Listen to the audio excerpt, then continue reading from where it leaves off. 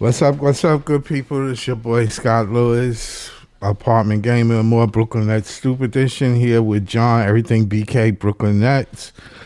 What's going on, John? Good to be here, Scott. This is a very interesting weekend for the GMs get together to talk trade shop and whatnot. So hopefully after Yeah, this weekend, a lot of the rumors that we're hearing start becoming concrete and what exactly is going down. And the Brooklyn Nets having $15 million in excess cap space, you think a lot of them would want to talk to Sean Marks about incorporating him into certain trade deals that can help these teams get either big pieces, middle pieces, whatever have you. So we'll be interested to yeah, see what comes from this weekend. yeah. The rumors are hot that Michael Porter Jr. They looking to trade him.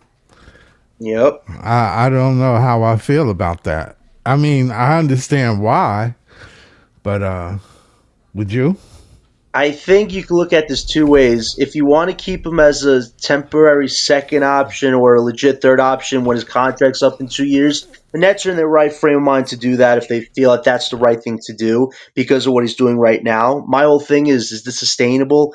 I don't think so. I think the last two games you've seen a little regression from him. He's not going to maintain. He had a great career month. I give him all the credit in the world for that, but it's not sustainable to ask this guy to carry such a key role for a team that's still a ways away from being a legit team. So I think first and foremost, you look at the business side of this, you see if there are teams out there that might want him.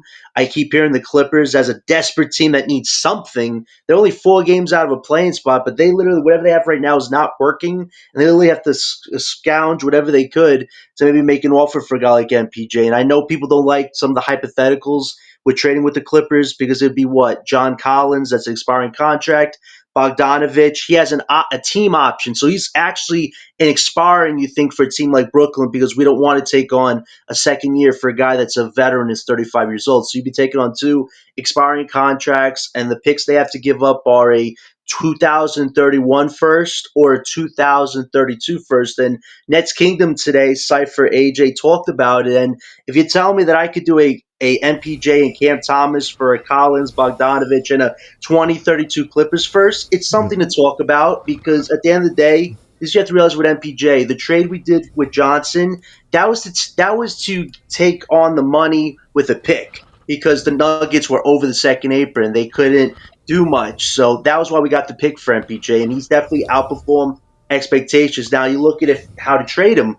A lot of teams don't have the money cap space to take on that contract. We do. So if we're going to trade him for pieces like that and a valuable Clippers first, it's something to think about because at the end of the day, if you could come away with trading MPJ and what you get from him, you got a valuable Nuggets pick that when Joker's very old, that team is not going to be competing for much. And the Clippers, I think the Clippers picks are gold right now in the NBA. Look at OKC. They still have a pick next year. And this year, too, that's looking phenomenally crazy. So if you from a business side of this, if I was able to trade MPJ for expiring salaries and get a second valuable first round pick for a guy who's making $38 million, had 3 back surgeries, that's not really bad from a business standpoint. Is it bad from a value standpoint of, oh, this guy should be getting a Desmond Bain trade package? It's not going to happen because his salary's insane and he's coming off of 3 surgeries in the past few years. Even though has maintained health up to this point,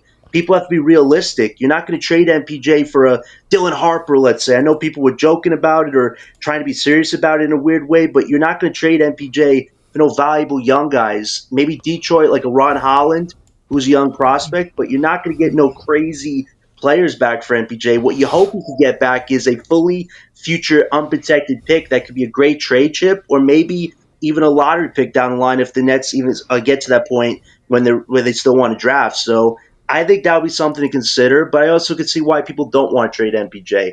I just think for right now, the future is who you drafted. You have Clowney breaking out a little bit here or there, but these other vets, they're not long-term fixtures right now. So I think we should all take the emotion out of it. Look at what you could get for MPJ. Even if it doesn't look great from a super valuable perspective, it's still decent what you could get back for a guy that's making insane money and he's had 3 back surgeries. Yeah, I get the surgery thing. My whole thing is if you it clearly MPJ is not a everybody thinks he's not a number one, which is cool. I can live with that.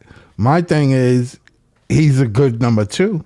He's a number three on a championship team.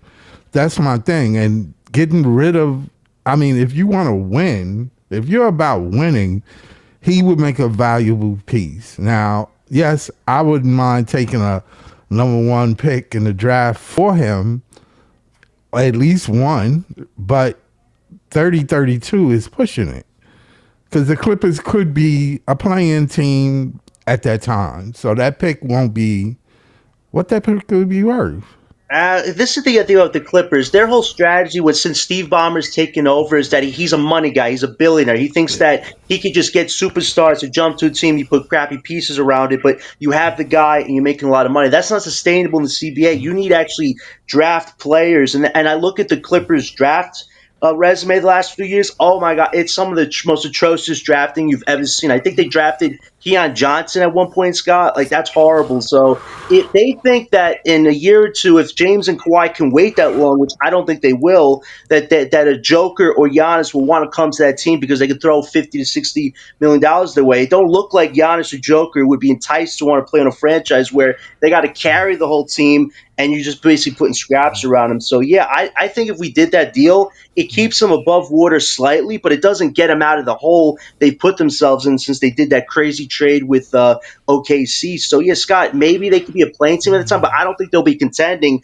in a crazy West at OKC. They could be dominating that league till around the end of 2030, something like that. So I don't think the Clippers will be in any way of being a championship contender next few years because they already sold their soul to get Kawhi. And that whole situation, they're paying for it. So if they want to pay a bit more to get MPJ and Cam, I think that's a gamble worth taking for us because that's a valuable pick down the line that other teams, if they did have a star they want to get rid of, they're going to be asking us for that pick. And that's a pick I would greatly give up for said star. So, Scott, I agree with you. It's down the line, but this is the thing about the new CBA. If you have other teams' picks that are valuable down the line, they're going to want those picks. Teams do not want your picks. They want the picks of other teams you have control of. And I think Sean has done an interesting job of having control of Philly's pick, having control of the Knicks picks, Nuggets pick. If you could add a Clippers pick on top of it, you actually have a future package where you can go out and get any star on the trade market you want because of the combination of those values. So it's got, I think, you just have to look at it from that side of it where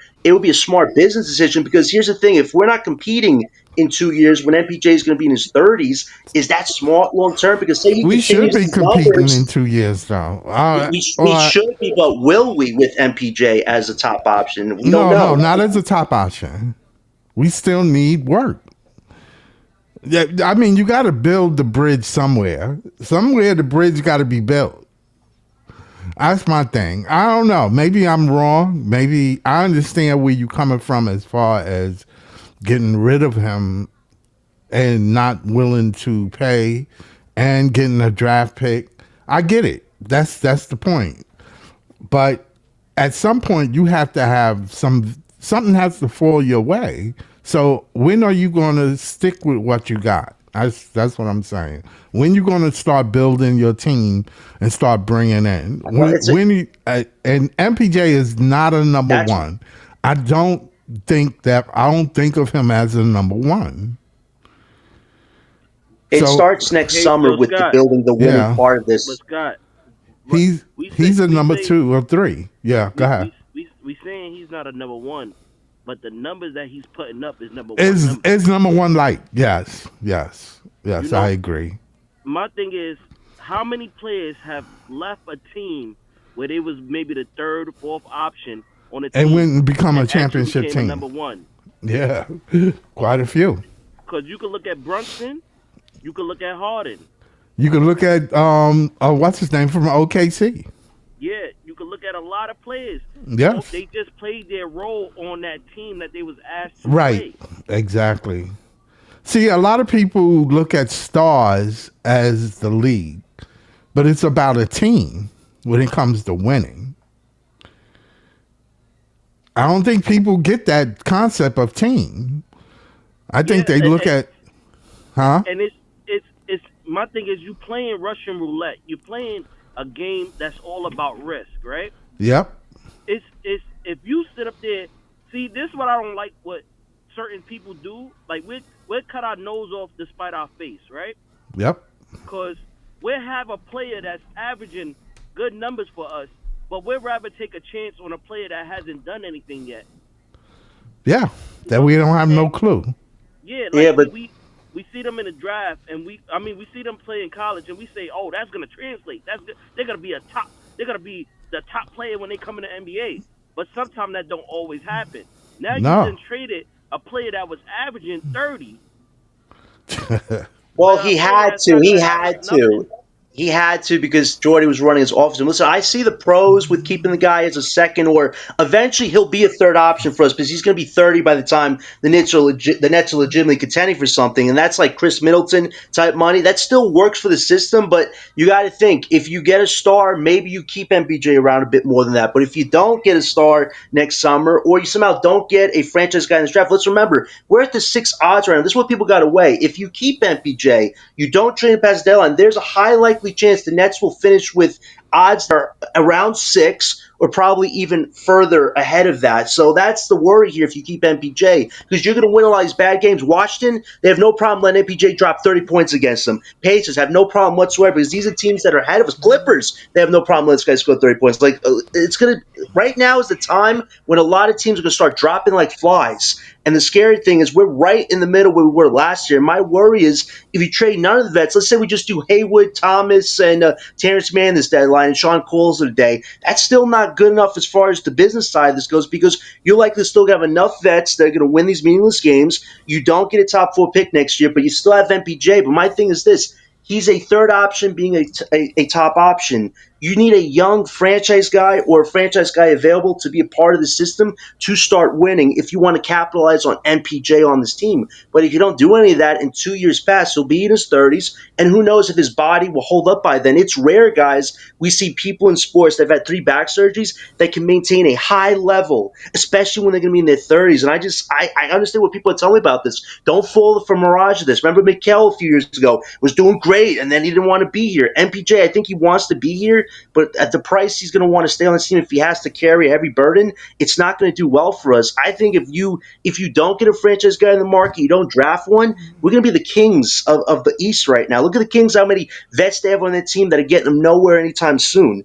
You don't want to be a team like that either. So I think for the Nets, a lot of this relies on where we're going to draft, and it relies on what we do this deadline. Now, I'm open to keeping MPJ if it makes sense with who we're going to get part of this team going to next summer. But if there is no big outlook on getting a star or you're going to draft one, it's almost like you got to look at what you can get for MPJ at that point because we will have money. This is the thing the Nets can do. You can keep resetting your cap space, getting these third options and seeing, hey, maybe does this third option fit long term if you do get a star eventually? That's what the Nets can do as well. Now, MPJ could fit in this system in the next few years, but at the same time, is he going to fit long term if he has to be one of your top options if you don't get a franchise guy? Like, we just have to weigh that, though, is all I'm saying. I'm just being honest with you, John. Like to be honest, if Sean Marks would have built a team around, like really try to build a team, he's not trying Mm-hmm. to build a team to win.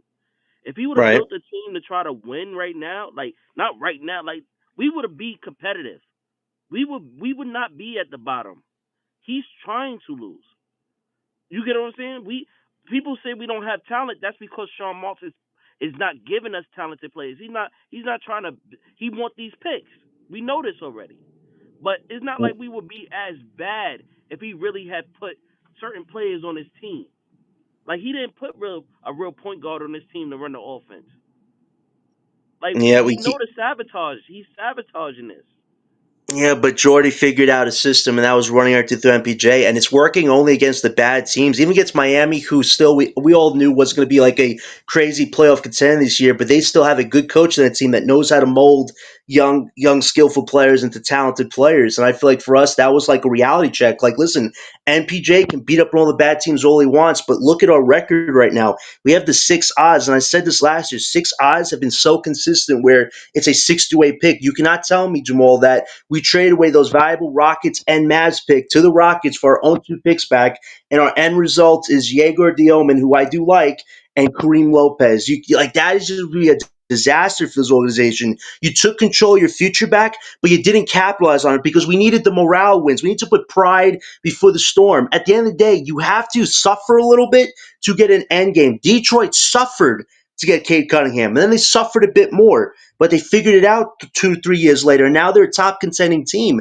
The process can work for a team like Brooklyn, but we have an organization, a management that always believes in shortcut solutions. Right now, MPJ, this is my thing and other people's concerns, is it's a short-term cut we're taking with MPJ right now. Yes, he's looking good on a bad team because he has to. He has the experience, but if you're going to keep him long-term as your top option and you don't have a actual star coming to play with them, or you draft a franchise star, it's going to look abysmal for us long term, Jamal, because MPJ will not keep this up 2 to 3 years. If this is the situation we're in right now, which is we're putting the pride before the storm, we have to do things right this year, and it feels like we're not still. We're right where we were last year, which isn't good.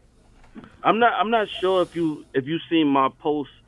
It was a while back. I had screenshotted what Google has said about NBA players. When do they reach their prime? They reach their prime about 25 to 30 range. Yeah. You know what I'm saying? So he's in that bracket of reaching his ceiling, if anything. Right. He's just never been a number one option. The only time he been a number one option was in high school. Right. But he'll be 30 by the end of his contract. And if we're not a legit team, I'm going to have a little buyer's remorse about the money I'm giving him as a free agent, because if he was going to come back as a third option, 25 to 30 mil is my high bar for a third option. Can't give him any $40 million because you need a franchise guy leading the team. Ain't nobody out there going to have $40 million to give him. So, yeah, but he'll have some say, though, in that. Then, hey, go do what you got to do. Yeah, but that's the thing with that. But that's the thing about Sean Marks, though, Scott. He had no problem overpaying Claxton, Johnson, Allen Crabbe. Claxton is making less money now, so he's making less than he got in when he signed his deal. His money is going down. They got money. But we saying that right now. They got money. It's going to be in the future. Because let's say Michael Porter is actually doing this, keeping the same numbers for 2 to 3 years right now, whenever his contract is done. Right. He's going to be able to demand the money he wants.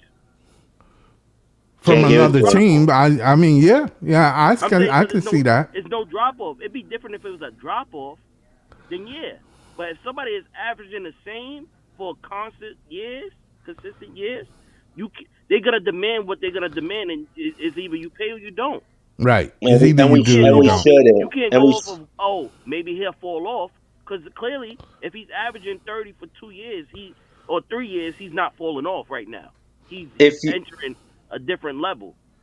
If you get a franchise guy in the next 2 years before you even consider letting go of MPJ, then you could keep him financially. You just have to figure out how to find a middle tier number. But if you don't get that guy, he's going to have the power. But he's going to say, Brooklyn, you had your shot to get a young franchise guy or get one in the market. You didn't. You ran everything through me. So I'm going to demand my money and you pay me, or I go win a championship somewhere else. And that's a waste of if you don't trade. And that's why I think a lot of people are going, listen, we got to consider all avenues before we think about, is this guy legitimately going to be our second or third option when we're ready to compete? But if we don't do things right in the draft, then you're forced in a no-man's situation where this guy has to be the head of your team. But I hate that people are saying that, this guy's franchise-worthy, he's our Shea. And it's like, the dude's 28 years old. A Shea was with OKC in his 20s. Like, I wish we could have got a young star, an unproven star, when we traded the big three-way. I get it. We recouped our draft capital, Scott, the Kevin Durant trade, but it's shameful that we had 3 Hall of Fame superstars, right, Jamal? And you couldn't get one young star trading either one of them. We got the twins. That was our high consolation prize, and both of them said, get me off the damn team.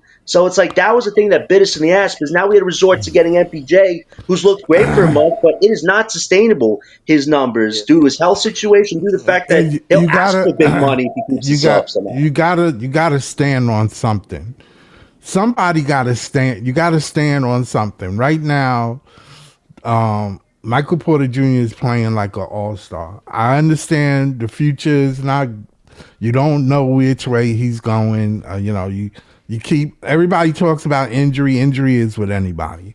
I get it, but you got to stand on it or make a move. One of the two. Now, if he makes a move, if he trade him to the Clippers to get a 30-32 pick, my thing about that is 30-32 is 7 years from now.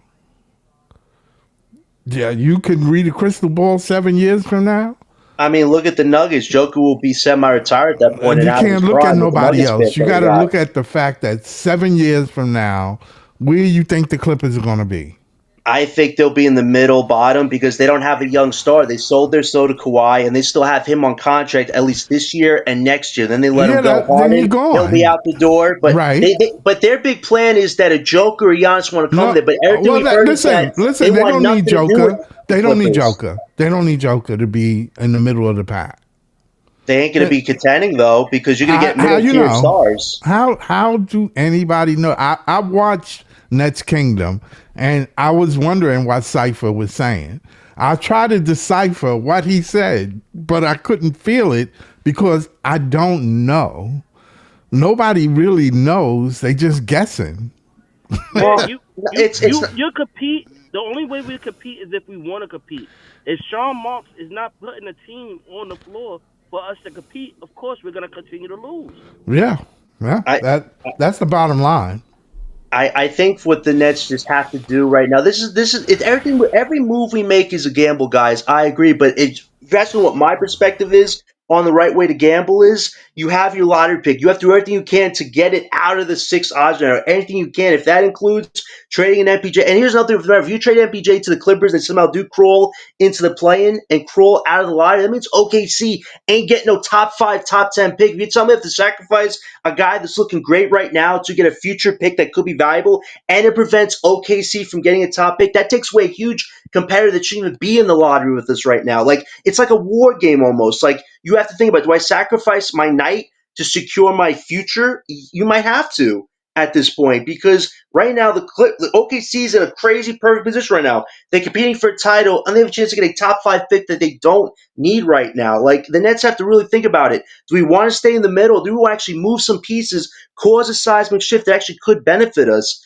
I think it's a gamble that if you feel it gets you a top pick next year, you got to take that right now. That's what matters. Not trying to be mediocre right now. And respectfully, MPJ's done good, but it's against bottom teams he's killing. He's not killing no top teams. Yes, we did beat Boston once, but it's like at the same time, you're going to beat good teams maybe 1 every 10 games. But against bad teams, you might be 4 out of 5 of them. Like, and that's what we did recently. But it just goes to show you that those morale wins, put us in a bad position in the lottery right now.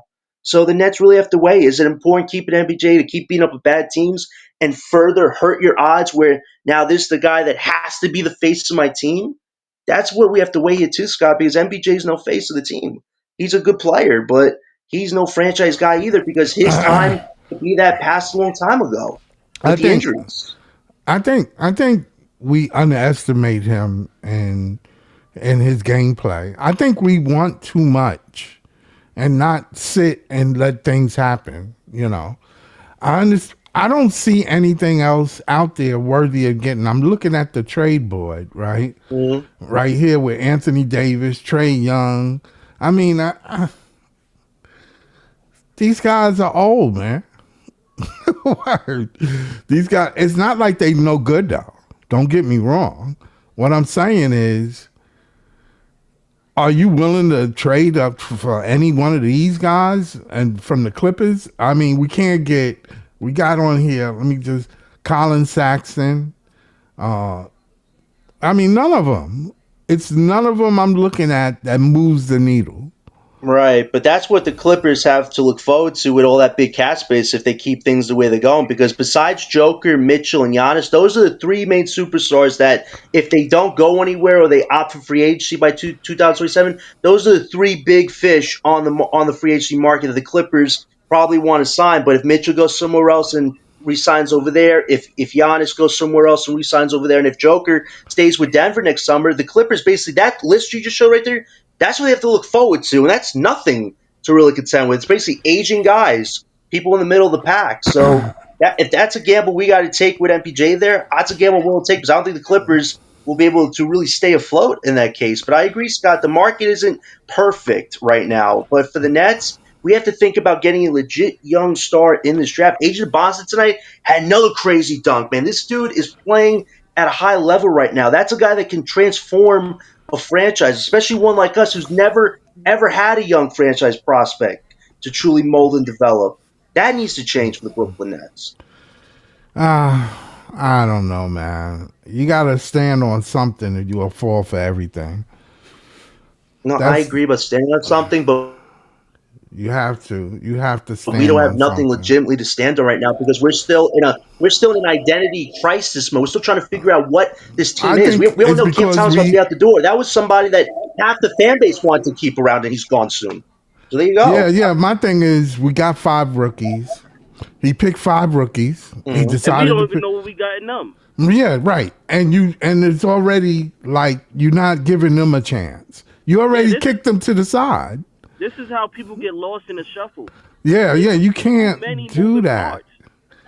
Danny Wolf ain't getting lost in the shuffle. Danny Wolf's about to tell Dayron and Clax, you either match what I'm doing or I'm taking one of you guys' spots. Like, Wolf right now has been leading the rookies right now. And Egor, I know Egor's a party topic. Let's get to him right now. He had a mixed game against Miami. He took some mid-range shots. He took more mid-range attempts than he took threes. I think people got to realize that. He's taking more chances on the interior. They don't always look perfect, but some of the shots he takes that look good don't go in. That's good for him. Keep taking those shots. Keep taking those risks. And defensively, Davion Mitchell made him look a little foolish, but what I appreciate was in the A third quarter little. when Jordy I get it. He pushed him on his ass, but this is the thing that mattered in that third quarter. Jordy called a timeout. Yegor's pissed off about it. He's in a corner. Jordy says, Yegor, come here.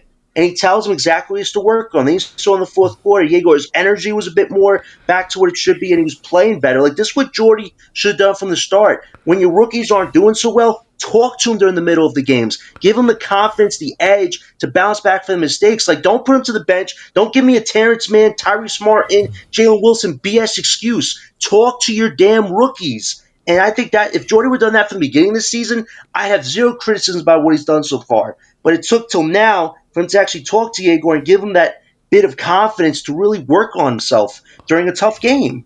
That's what he should be doing with all these rookies right now, instead of benching them if they make a mistake or two. That's how you're going to get real progress from them. Well, he didn't bench him. He put him back in the game. Right, So, that's trust. That's what it should be more. and he still did the same thing. So it didn't matter. But that's okay. I mean, No, he had better threes and mid-range shots at the end of the game. He looked better. I'm just saying it's not like I look at Yegor as a decent role player. Ain't nobody in on that draft to me, other than Wolf maybe. And I haven't really. I'm still up in arms on whether he's capable of defending any bigs in this league because he hasn't played the big boys yet. But They Bam, might figure him out in the next couple of right? years. Yeah, because you never know, Bam, he might be Drew Timmy.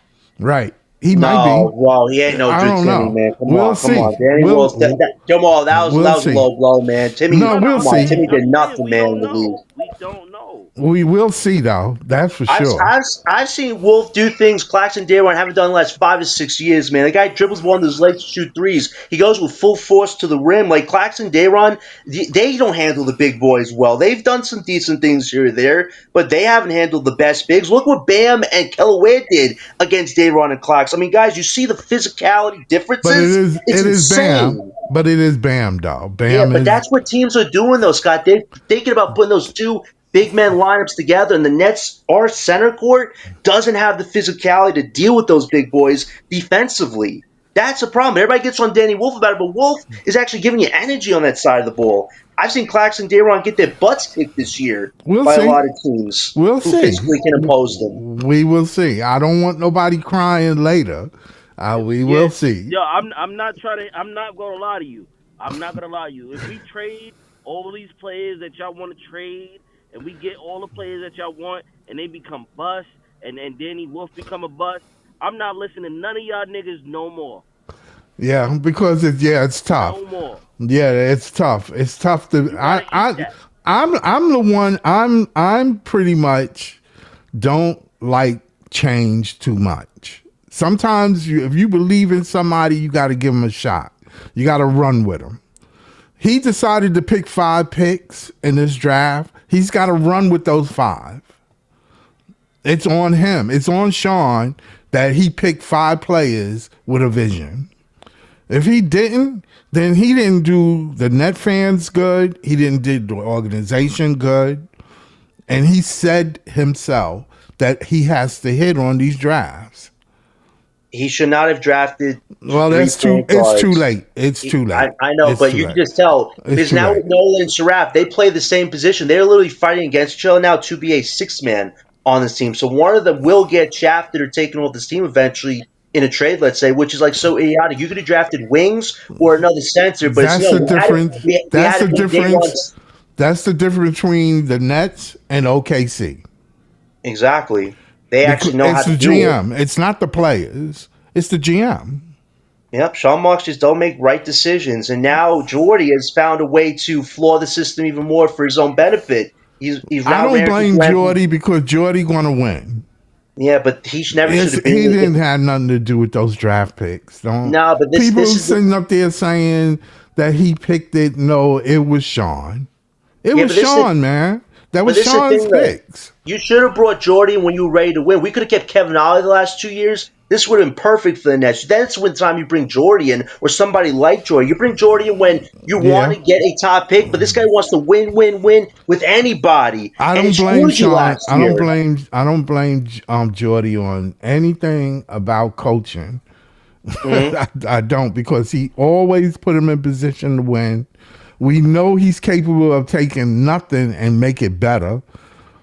We see that he can work with guards, except with Cam Thomas, but that's not on him. Because when he got there, Sean had already messed up Cam Thomas' career with the Nets.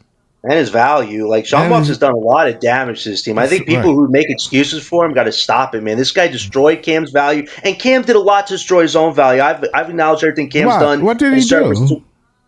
His attitude, not working on his weaknesses enough. I think that's bullshit. That's bullshit. Yeah, that is. He ain't did nothing. The media, he ain't said nothing. The media did that. They asked him to work on his playmaking, and he gave Steve Nash some eye, and I think he did the same thing to Jack Vaughn. Steve Nash, you're talking about Steve Nash, man. Jock Vaughn too. Jock Vaughn benched him too. Jock Vaughn. There you go. You might as well say Steve Nash. This is all from Sean Marks. Sean Marks controls the narrative for a lot of these players. Yes, he does. You keep letting him off the hook and not paying attention that he's run the team. What they should have done is make Cam a 6-man. If they would have found a role for Cam Thomas, I think they could have been a way to salvage this relationship, but they didn't. They put Cam in when they needed an offensive spark. The Twins gave up on the team, and then Cam's like, okay, I don't actually want to be here right now. I'm outscoring them. I'm ready to get paid. And Sean's like, you were never a part of my future. Like, that's the problem. Cam was never a long-term part of this. The only reason he got on the team was because Kevin Durant told him, draft this kid. I need another score in case I need a 10, 15-minute break. Stop putting it on KD, man. Nah, he had something to do with that. You got to put it on Sean, man. You got to put it on Sean. You can't look past, you're looking past Sean again when you say KD. Because this is the thing, Sean has not controlled the situation. When the Big Three came here, they literally said we don't need a coach. How do stars come here and say they don't need a coach, and the GM says nothing? I don't think Sean Marks said anything about that situation. He's just like, okay, they're running the show. They're the GMs. They're the coaches, and I'm just the guy sitting here signing their checks. And like that's literally what Sean Marks said. And Sean Marks couldn't even get that done. What did Sean say? My goal is to sign all the Big Three that summer. You signed Kevin Durant after he won a medal, but the other two guys, well, there comes the COVID stuff, and then Kyrie gets isolated, and then James like, get me the hell out of this circus ride. Like, Sean Marks just doesn't know how to control the situation or build relationships with the team. Like the Cam Thomas one, you should be able to get a middle-tier deal like what Kuminga. Look what Kuminga and the Warriors agreed to. They agreed to like a 1-year contract where they're going to trade the guy. If you could have found something like that with Cam, this situation might have been a bit more salvageable. But you made Cam feel very pissed off, that never feeling like he's a part of the team with a future, so he's like, screw it. I'll take my qualifying offer. I don't care what my value is. It's up to you guys to get something back for me, and that's on Sean Marks. Like he can't even get that right now. So yeah, it's a cluster with Sean Marks at the helm. He's trying to clean up for his mistakes, and that Mm-hmm. to me, he should have been out of here. Like Yep. Yeah. you can't fumble 3 All Stars or 3 MVP / Hall of Famers Yep. and then still keep your job. That Ben Simmons trade, man, that should have been like a fire, like right the day after you do it. You do not get a Hollywood fashion model on this team. And you know what's crazy, guys? Sean Marks' organization spent more time defending Ben Simmons than they did Cam Thomas. This past summer, Cam was fed to the media wolves. Now, one time did Joe or Sean come out and say, yo, Cam Thomas is a part of our team. We believe him. Not nothing, but Ben Simmons like, yo, we believe in Ben. We believe that the Ben Simmons is there somewhere. We're going to support him, defend him, coddle him. They literally coddled a guy that was stealing money and having no problem using his injuries as an excuse for it. But Cam Thomas, a kid who you could have found a six-man role for, you just let him be lost in a shuffle of him thinking that he's a star of some sort when he never was in your eyes. I put that on them too. Like, you should have just found a role for this kid instead of make him feel like he has to go through so many hoops and ladders when he's a six man. He's no starter player in the NBA. He's a good six man, though, for a team because he'd give you 20, 30 a night. But we wasted so much time trying to find a direction the last 2 to 3 years when we had the Twins that we wasted valuable time with Cam in a sense. So, yeah, this relationship is done no matter how you look at it. Done. And now he probably won't get no value out of it, or very little. You're looking at probably a second round pick if you get anything. You're lucky. And it's sad because he's a decent player. He has a skill set that some teams can use, and it's a mess. Would you looking at this trade board, right? I'm looking at this trade board. Anthony Davis, Trae Young, and Sabonis. I think those are the top 3, and Kobe White. Other than that, that's not too bad, but that's the only trade board they have. I keep hearing that the Hawks might make a move for Anthony Davis, and they have KP's expiring $30 million contract. They have Rubashir, who I'm not sure he's a long-term part of their future right now because they have Jalen Johnson, who's become a star in their eyes right now. They have Dyson Daniels, so I think a package of KP, Rubashir, and a pick for Davis, that could be something they do because if the Hawks want to compete in the near future and not give up on Trae Young yet, Young, Davis, and Jalen Johnson, that's something. I don't know if it's a championship contender whatsoever, but you could probably become a top 5 team if you make that move for Davis if he gets out to be healthy. So that's a trade that's out there. I keep hearing Detroit might want to make a big move, but everything is looking like if they keep winning with the core they have right now, they're going to let that play out. And if they don't want Davis, a team like the Hawks might make a lot of sense. And then Sabonis, he's still going to be out for the next 4 to 5 weeks, which he won't be back till like the middle of January, right before the deadline. And if they got to see if he's healthy or not, he's making over $40 million, something like that. Like, I don't know if a lot of teams are going to trade for a guy with a bad knee, with coming off a meniscus injury. Like, I wouldn't be surprised if he don't get traded till the summer when a lot of teams can reassess if they actually want him. So, yeah, I think he might fall in this board a bit if he doesn't come back healthy in that little stretch of January. What about Kobe White, though?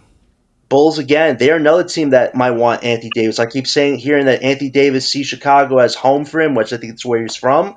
And they have packages too. They have Vucevic they could throw in there. They have Kobe White. They have a lot of picks they could throw. Like, I think right now, Bulls and Hawks, those are the 2 teams that could take a shot at Anthony Davis right now if it's not Detroit. So yeah, the Bulls are a team that might want to make a move because they already went all in on the Josh Giddey. So if they could get Davis next to them, they have something that, I don't think it'll ever help them win, but it'll make them maybe a playing team or something like that. So, now getting back to the Nets, though, one question I have, and this is, both of y'all can kind of like chime in on this, is do the Nets really need to make a deal right now? Nope. For who? For anybody. I think right now we're still in asset collection mode. You have extra cap space that you haven't spent yet, and a lot of teams. Jamal, I don't know if you were here for the beginning of the show. There's this thing this weekend, the G League Showcase, where a lot of the GMs come together, and this is kind of when the trade deadline stuff becomes serious because they're gonna have a lot of conversations. They're gonna be some sources from Shams and other people about these conversations. And Sean Marks right now, he should be that guy like at the prom that a lot of girls want to ask to dance right now because he's got money. Like there should be multiple teams coming up to Sean Marks this weekend saying, Sean, I might want to trade a Davis or I might want to trade a role player. I might need you to be a third team facilitator. There should be multiple people wanting to do business with Sean. But the thing is, can Sean Marks actually not be greedy and actually be logical in the moves that he's going to want to be a part of? That's what this deadline's about. It's not about going for a big haul of assets, but collecting assets here or there, like what Danny Ainge's been doing the last few years that landed him Ace Bailey. That's the mindset Sean needs to have this upcoming trade deadline. So Now, I think we can make some moves here to get more assets. So I'm saying, are you saying Utah is doing the right thing when they do deals? I mean, Danny Ainge has all the draft capital in the world. He has Ace Bailey. They still have a lottery pick right now. They're near the play-in bracket, which could change, but now they want to keep Lauri Markkanen. So if you actually do get a top prospect in this draft, you have Ace and Lauri. You could get some vets on that team, and Utah, who knows? They could be a top playing team next year or a 6th seed. So, they have pieces. They just need to decide on when's the time to start winning. I think after this year, everything I'm hearing is they're going to keep Lauri and start winning. So that's what they're going for at this point. But for us right now, are we really going to look at Claxton and MPJ as the guys leading us? They got? I think Utah has more talent to move forward than we do at this very point, for my honest opinion. Yeah, but Utah had Mitchell. So I don't want to hear that they are doing the right thing. They are doing just what they want to do and the way they want to do it. I think they are not concerned about winning the title. And mind you, Scott, they only blew it up because new ownership and new management came in. Right, because nobody wants to be bothered. It's just a money thing to them. Right. We also have to remember, too, a lot of teams' moves this deadline, it's going to be based upon, can I beat OKC? That's teams from the East, teams from the West. That's what the mission of the deadline is. If I make a big move and give up picks, which are super valuable, or prospects, can I legitimately beat OKC? That's what we're going to see with this deadline. If teams are going to call their own bluff, or they actually go through with it and make a big move. Because if you actually make this move this year, any of these teams make these big moves for a Giannis, a Davis, because they think they can beat OKC, and they don't, they lose. So this is like a bit of Russian roulette, this deadline, because OKC's a smoke show powerhouse. If you make a big move this deadline, you better damn hope you have enough to beat that team, which honestly right now, it'd be lucky if a team could take them to 4 games in a final scenario at this point, or 3 games at this point. So we'll see what happens, but I think that's what people got to weigh right now. This deadline is important. For the Nets, it's collecting assets. For other teams, is you're either giving up valuable assets to take a shot that might miss against OKC. So, yeah, we'll be interested to see who actually is going to be ballsy this deadline. But we should be a team that should be in a lot of these conversations right now because we have cap space to help facilitate deals. A lot of these teams have no cap space to do so. Yeah, that's true too, though. So, I mean, they can facilitate. They can help facilitate. I don't know about giving up. I don't know if I really actually want to trade anybody, to be honest, at this moment. The only person only person I would be willing to trade is probably Terrence Mann, if we could. Yeah, if anything. I get nothing for that, man. I get maybe 2 seconds. But I understand you guys' mindset if you want to keep some of these guys. I get it. I'm open-minded to an extent. It's not it's not just so much I want to keep them. It's more or less bring there's a saying, you want to bring that locker room close. You want to bring culture to the team, right? Mm-hmm. If that's what that's what you want. You want the team to get better. You have to show the guys that are going to stay that it can get better. Because I don't, honestly, when you think of talent, when I look at talent, when I look at this board here with Anthony Davis, Trae Young, these are guys that know what it is to win. Now, winning a title is not easy. It takes a team to win a title. It don't take a player. It takes a team. All I'm saying is you have to show some stability. That's all. That's all. I get it. I think right now with the rookies getting actual playing time and I think we lost John. Mm. I Yeah. don't know. What's up, Leaf? We got What's Leaf good? in the house. What's up, Leaf? What's good, Leaf? What's good with y'all? See, we still talking about the same shit, different toilet. Yeah. Um, What you think ah, about? We was talking about MPJ and his presence and the trade deals that's the rumors that's going around. I mean, the rumors is the rumors, but at the same time, listen. All I'm gonna say is, bro, like if we flip Cam Johnson for MPJ in a 2032 unprotected, I mean MPJ is averaging what 26 and 8. If you not flipping him for another piece, a young piece that can add on to what we're doing, Then what are you doing, right? then what are you doing? You know what I'm saying? It's just it's what I've been saying about this front office. They just keep recycling shit and trying to get the same hand and trying to get the same five deal deck of cards. Yeah, they keep shuffling, and you don't know Yeah. what cards you getting. You just you. If I'm a Yeah, yeah, dealer, you you know, nah, it's not even that. They keep shuffling it, and they're not satisfied with the cards that they're getting. right.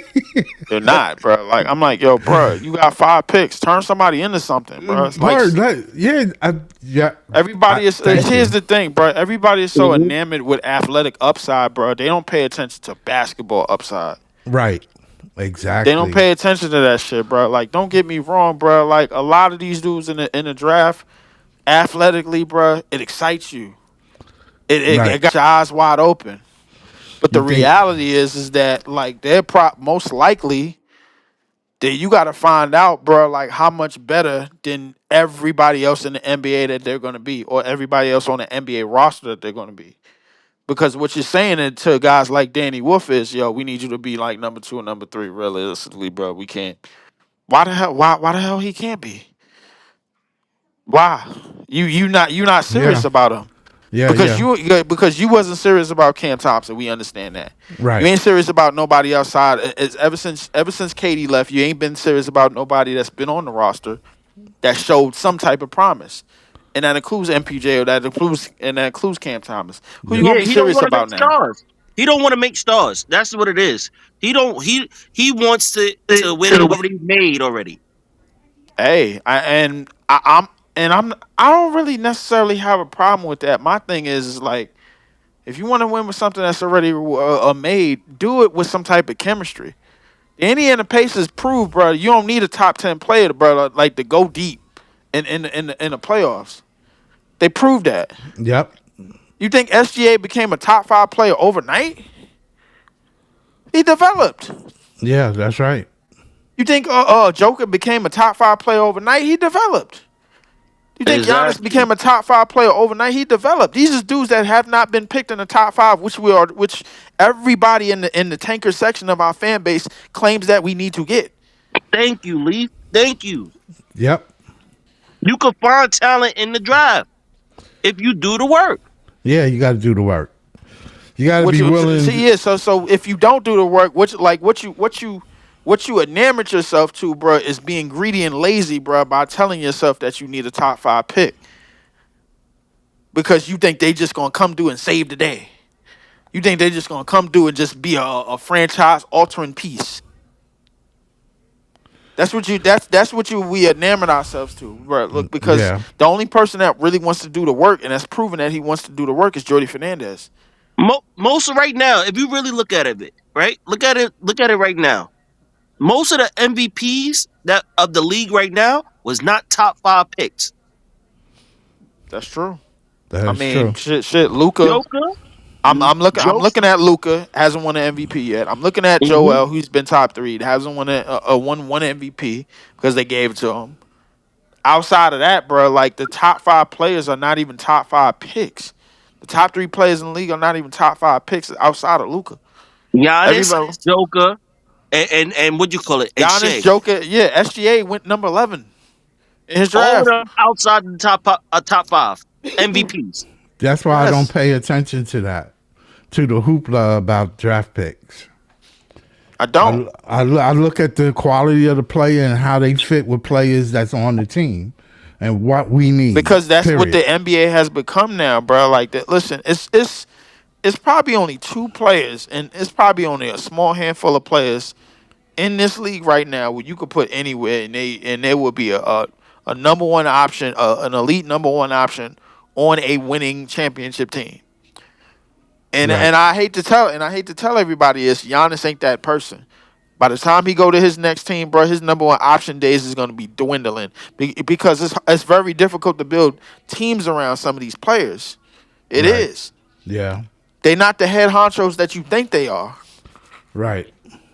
They only head honchos in settings, bro, like that's around them. Right. You know what I'm saying, bro? It took a while to build a team around Giannis. It took a while to build a team around Joker. It took a while to build a team around SGA. Yeah. It took a while to build a team around Joel. It took a while to build a team around some of these dudes, bro. Jalen Brunson is being called the best one of the best small guard scorers of all time. How? And he was picked in the second round, if I'm not mistaken. Second Yeah. round. Yep. Same thing as Joker. You know what I'm saying, bro? Like I'm feel like, bro, the talent that's in the back of the draft. It's just that They you got to that like find it. listen, especially especially in these past 5 or 6 drafts, bro. Like Right. if you go back as far as you need to go back to these second round picks, bro, they ain't been pushover Smurfs. They've been proving themselves to be the best at something. It's these top 5 picks that have a lot to live up to. The pressure is on them to do well right away.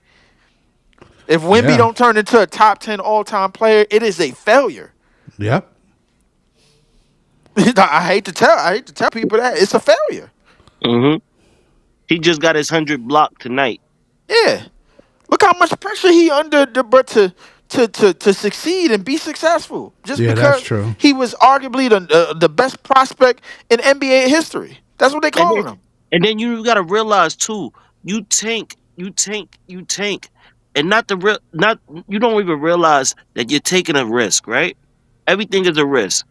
Wimby right now have blood clots. You don't know if this man's career is even gonna go the test of time. Yeah, you're right. True. He got blood clots again.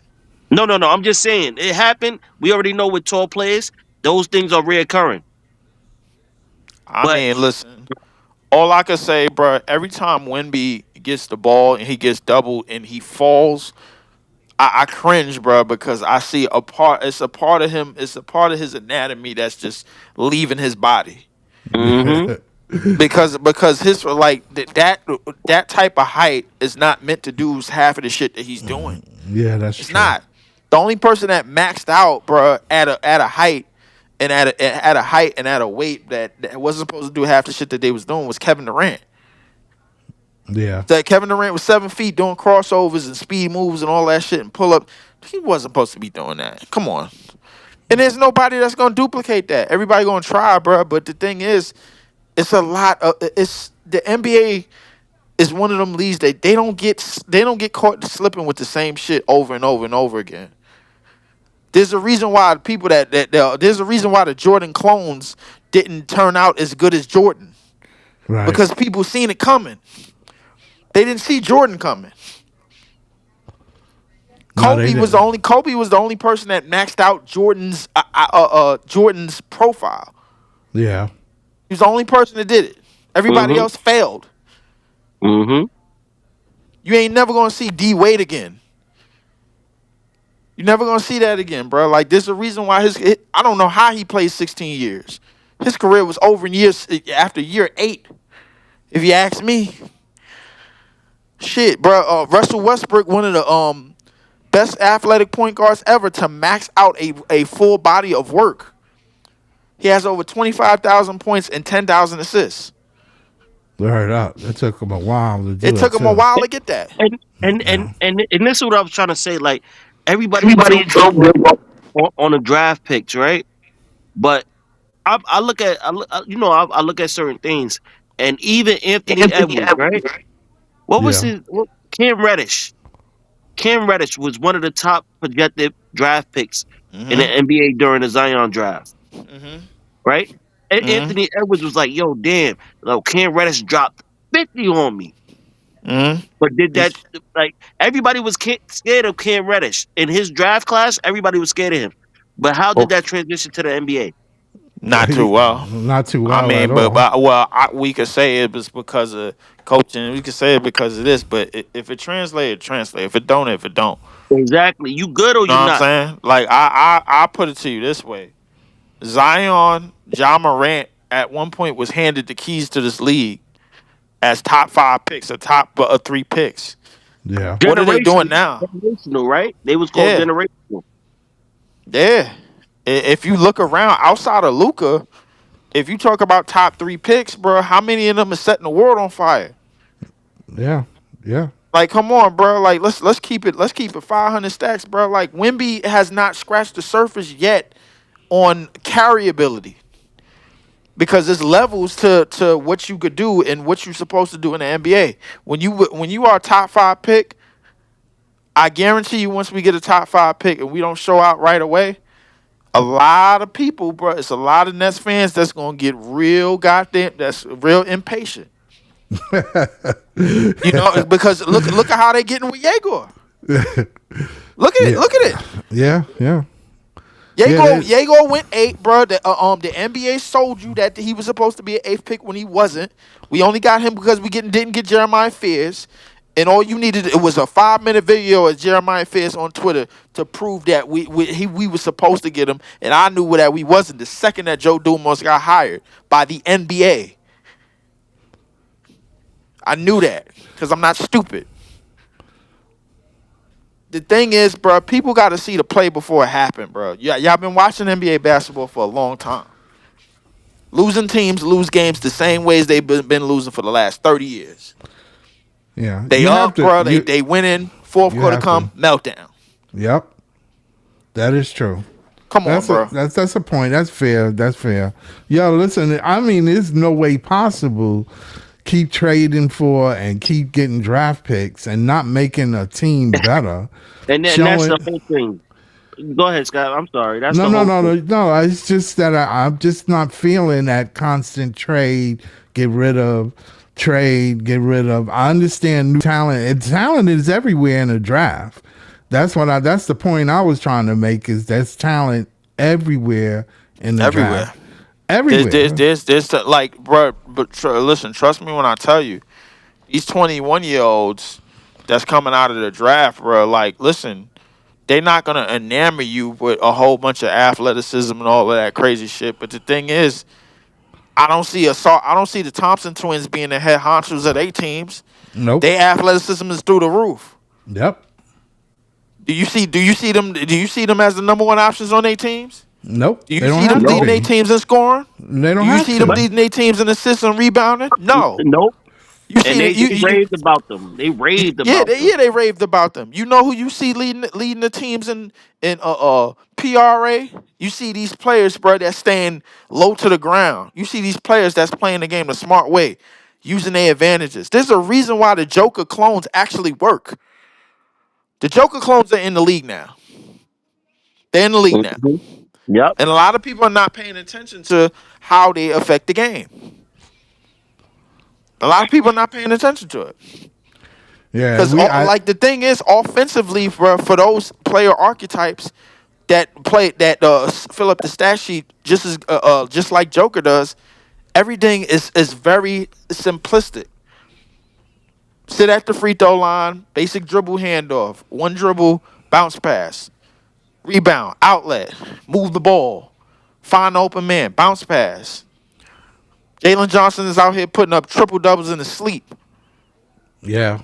Meanwhile, we still talking about how Trey Young. They need to keep Trey Young for what? Trey Young had 8 years, bro, to turn this team around. He failed. He failed. Yeah. Yeah. He been there for a minute. And that Jalen Johnson got picked in the 20s in that and 21 draft. and that's the whole thing. What's the purpose in having talent if you're not gonna build a team around them? Like I always ask this question, even in Breezy's show. I said, "Yo, what would y'all rather? a generational talent and you never win a chip, or a good team and you win a chip. Yeah. Like everybody, they act like that's so hard. They like, oh no, I want to see somebody dunking. I want to see somebody putting on a show. For what? I thought your goal is to win a championship. Yeah. And you do that with a unit. You don't do like that generational talent shit. Don't work no more because the NBA sees it coming. Yeah. If you got a generational talent and you didn't put a team around him, meanwhile he backpacking your team all the way to finals. All you don't be doing is complaining about how the team, how the GM in the front office didn't build a team around him. Right. Exactly. And then he Exactly. leaves your team like LeBron James, and you're having fits. Word. Exactly. Word. And then the team be destroyed then. Yeah. Exactly. It'll take you 10 years to get back. Like Because you Exactly. already gave here's up. the thing, bro. Like when it comes to New York media, and when it like here's the thing about it is bro, like you can't you like they're gonna find a way. They're gonna find a way if they don't get the results that they want. They're gonna find a way to shoot this thing down. I think the New York media, bro, like it's been pretty fair in these last couple of years. One of the reasons why is because they know the Knicks ain't winning no damn championship. They know it. Brunson is too little. He's a defensive liability when it counts. Cat is just that. He's a cat. He ain't a dog. And they're the Knicks. They're going to fail you. I'm sorry, New York, bro. Like if y'all listening to this, the Knicks are going to fail you. They're going to fail you, like they've been doing for many, many years. And I hate to put that out there, bro, but because everybody want to be enamored in this rivalry, in this imaginary rivalry that we having with the Knicks. It's not a rivalry. Anytime they beat us, bro, we've been under 500. Anytime we beat them, they've been under 500. Yeah, that's a good way of looking at it. Yeah. That's So true. I like don't like I refuse I'm a little bit sick and tired of a certain sort of fan bases looking at this like a rivalry because Knicks fans are celebrating second round wins against the Celtics and then lose and then end up falling to the Pacers. And I'm be honest with you. I feel like during the big three era that we had, the media played a whole part in breaking our team apart because I feel like they wanted the Knicks to have an upper hand. Look, Yeah, I do. I do feel the media yeah, did have a big talk. they probably did, but and I think Katie and Kyrie they did they Katie didn't didn't help with that. Hmm. It kind of helped with. It kind of gave the Tearing it media a down. lot more ammunition than it needed because anytime KD says something, bro, they always went back to him going to the Warriors. Anytime Hmm. Kyrie said something, they always went back to him leaving LeBron.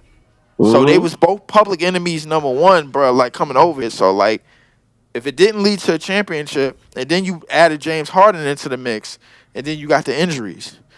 The Hmm. bottom line is, bro, like the Nets. I don't know if anybody knows this or not because of the way that fell apart. Now the Nets have to build something from ground zero, and they don't know how to do it.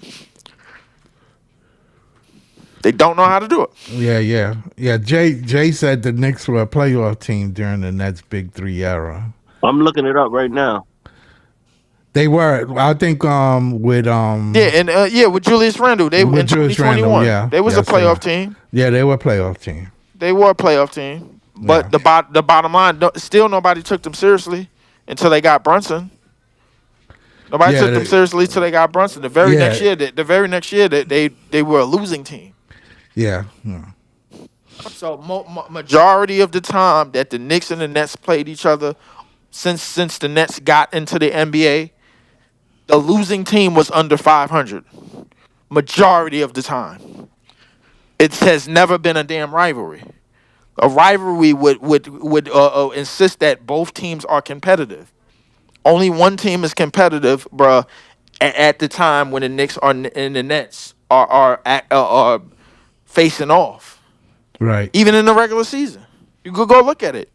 The Nets have been trash, bruh, from the '70s, the '80s, majority of the '90s, up until Jason Kidd. Yeah. Uh, I'm I don't know if they was in the big three era. When did we have the big three? What years was they here The Big at? Three era was 2019 to 2022. 2022. Yeah, Then they made the playoffs one time in our era, and that's that's it. 20 2021. They played the Hawks and That's lost, it. That's and it. then after that, they've been in the playoffs after the big three. Yeah. After they got Brunson, they've been in the playoffs after that. Yeah, because they That's what it wasn't really in the was. playoffs. They had that one series, and Yeah. then after that, they was out of the playoffs again, and then they Mhm. went back with Brunson and Well, shit. the Knicks didn't really take it serious until the Nets really. They didn't want to lose the city. Yeah, Well, that's the why the I They feel the didn't like want thing to well lose the the thing city. is The that that's why Nets I feel like here's was the the media played the part because right. the media they here's the missed it. thing. Here's the thing. Julius Randle doesn't get enough credit for jump starting the Knicks, bro, back into playoff That is contention. true. That is Yep, true. that's a fact. Because it was That is really true. him that really got the ball rolling. It was Jalen Brunson that just picked up the ball and ran with it a little bit more. Don't get me wrong. Hmm. Jalen Brunson put on. I'm not gonna say it like he didn't, bro. Like I don't like him at all, bro, but he put Neither. on. But at the end of the day, too, it's bullshit. We know it's politics. At the end of the day, we know Jalen Brunson's good, but that's who they wanted to build around, and they build around him because why? But politics. His father is the coach, and who's the president of operation? His This godfather. is Godfather. So it So was a lot. It was a lot of yeah. It was a lot of nepo. Like, politics. but here's the thing, bro. Like, you'll learn your lesson when you manufacture certain stars.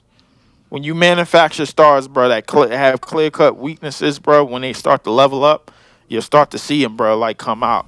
Jalen Brunson is no different.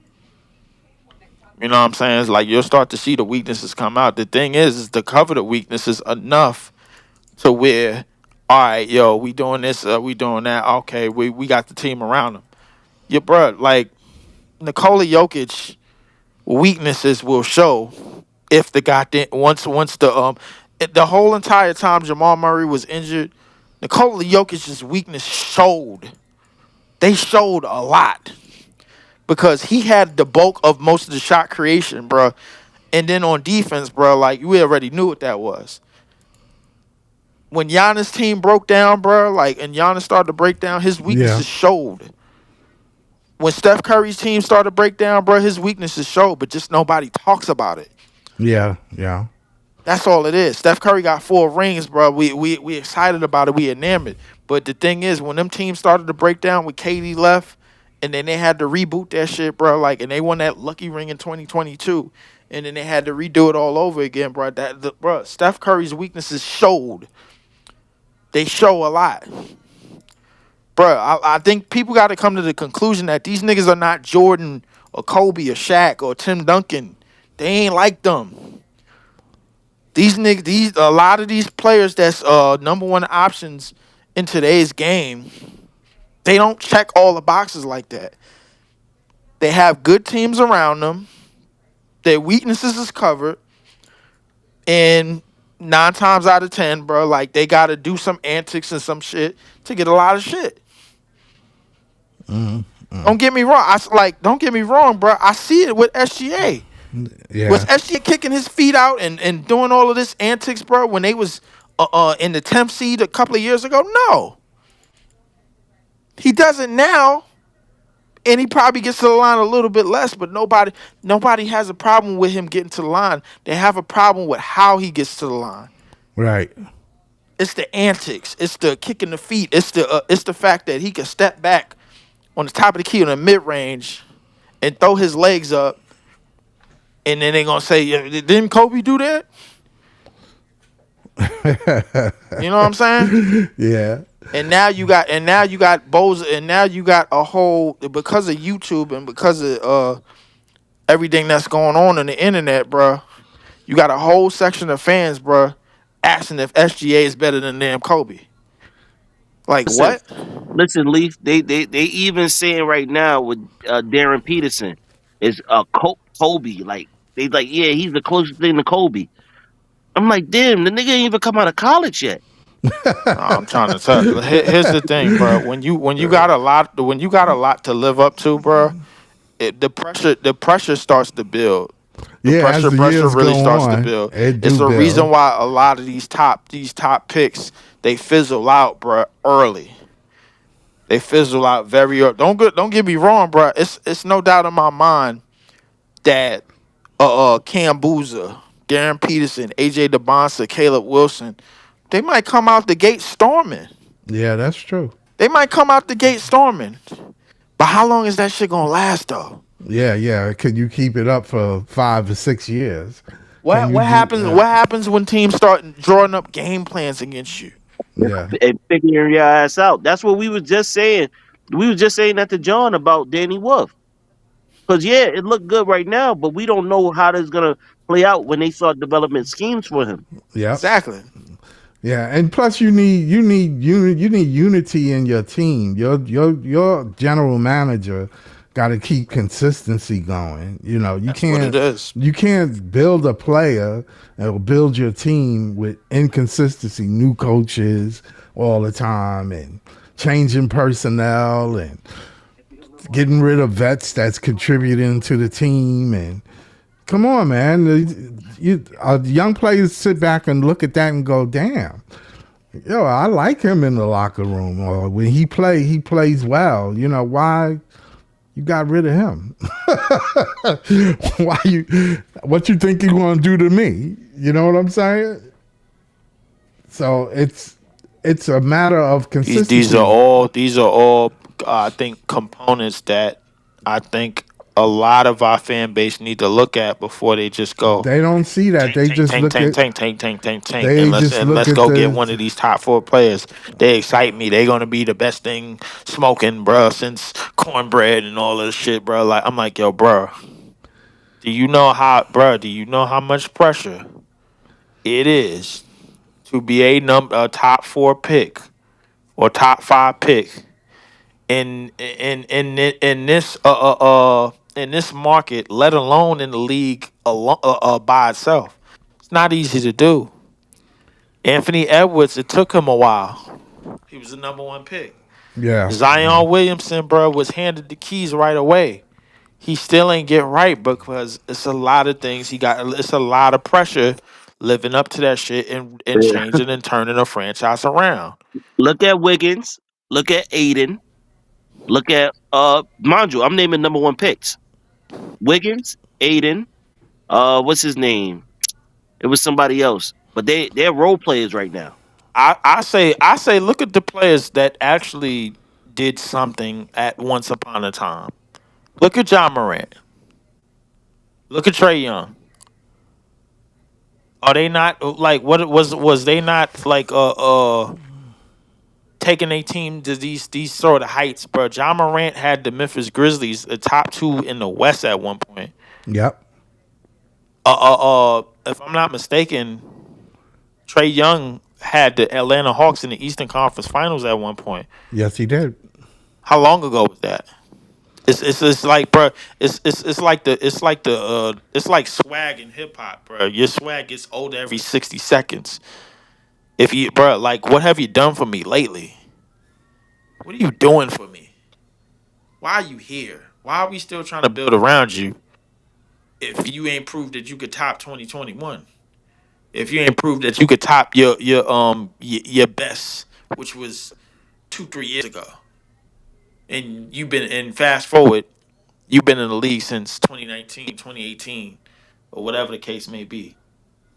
In your draft, SGA is out here winning about to run off another MVP and another championship.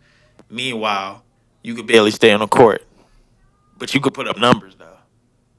But your team Yeah. ain't doing nothing.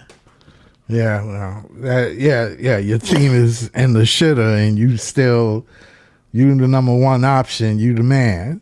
Exactly. What is like? Come on, bro. Like, how long I gotta wait for Lamelo to get to start winning? How long do I gotta wait for Anthony Edwards, bro, to turn the corner in the Western Conference? Like, bro, like I'm pretty sure they fan bases is asking these things. And a lot of people just don't know it because they're not in the circle of some of these fan bases. There's a lot of fan bases just as greedy as we are. Yeah, they crying too. Yep. They Trust me. like they saying they're what they're saying is we always in the playoffs, but we lose. Exactly. The 76ers, the Philadelphia 76ers fan base is by far notorious for dogging their teams, bro. All Philly teams. And I've been out there.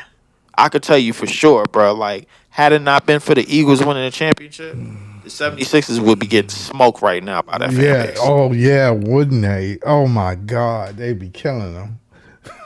Bro, Gilly the kid said it himself, bro. Like Gilly and Wallow said it themselves. They told PG on the podcast. They said, "Yo, bro, had it not been for the Eagles, bro, If we wasn't y'all would be happy, getting dragged through the mud." if we wasn't happy right now, Yep. Philly tough boy. They Philly don't is play that. that's not a city, bro. That's a very very tough city to play. Boston is a very very tough city to play. They got a championship.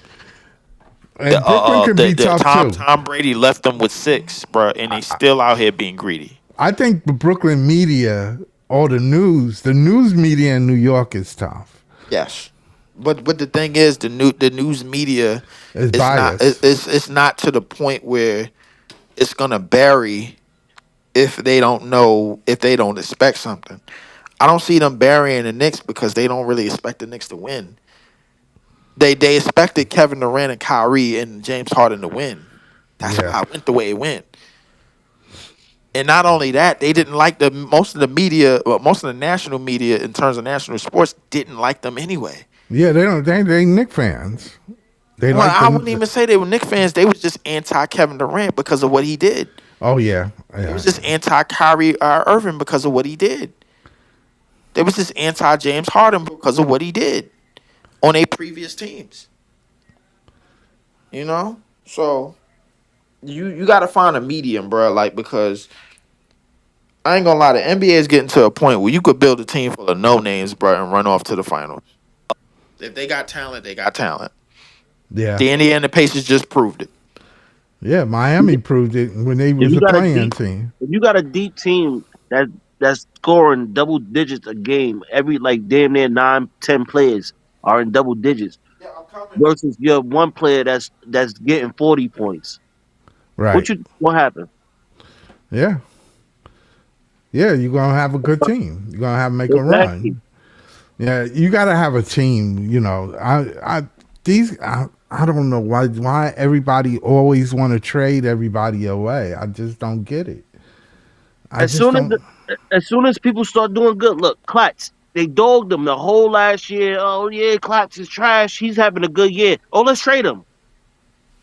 Let's get him out of here. Like they do this with every player.